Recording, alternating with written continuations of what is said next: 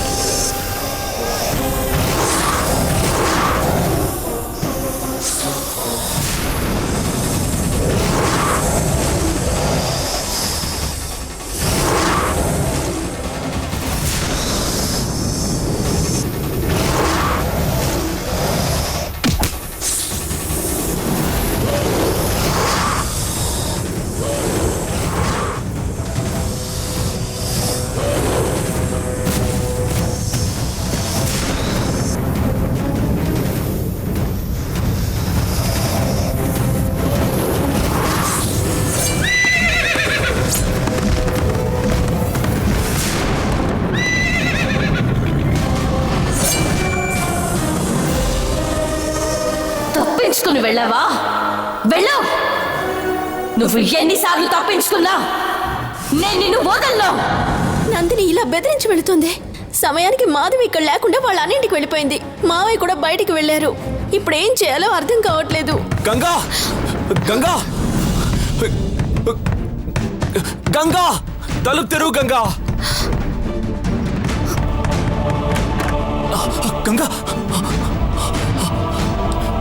గంగా, నందిని వెళ్ళిపోయిందా? నీకేం కాలేదుగా? నందిని వెళ్ళింది. మీరేం భయపడకండి. తను తిరిగి రాదని గ్యారంటీ ఏంటి?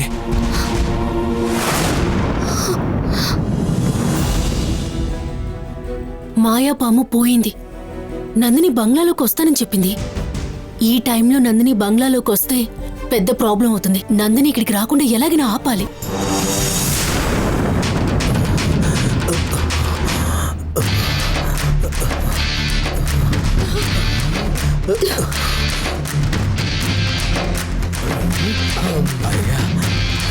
అమ్మయ్యా, పాము వెళ్ళిపోయిందిరా. మనం వెళ్దాం, పదండి పదండి పదండి పదండి పదండ్రా.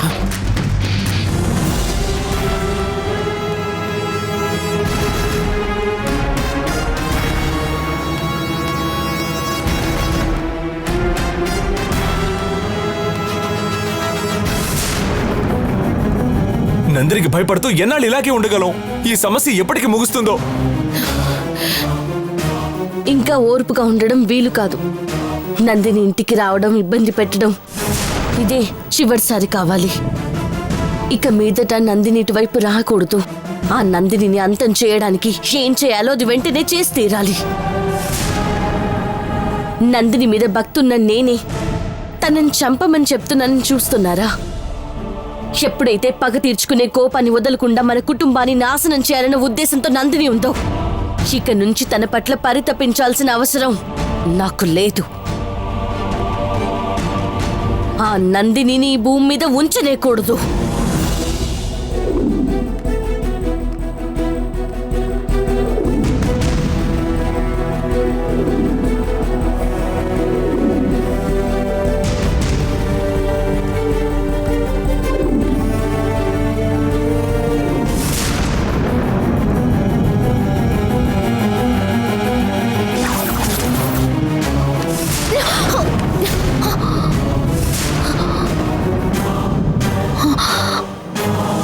నందిని,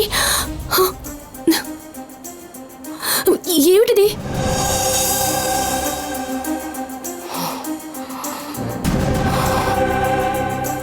ఏమైంది నందిని? ఒళ్ళంతా ఈ మట్టేంటి? నా రూపంలో ఉన్న మాయశక్తిని తరుముకుంటూ వెళ్ళినందుకు ఇలా జరిగింది. అదలా ఉండనివ్వు. గంగకి ఏం కాలేదు కదా?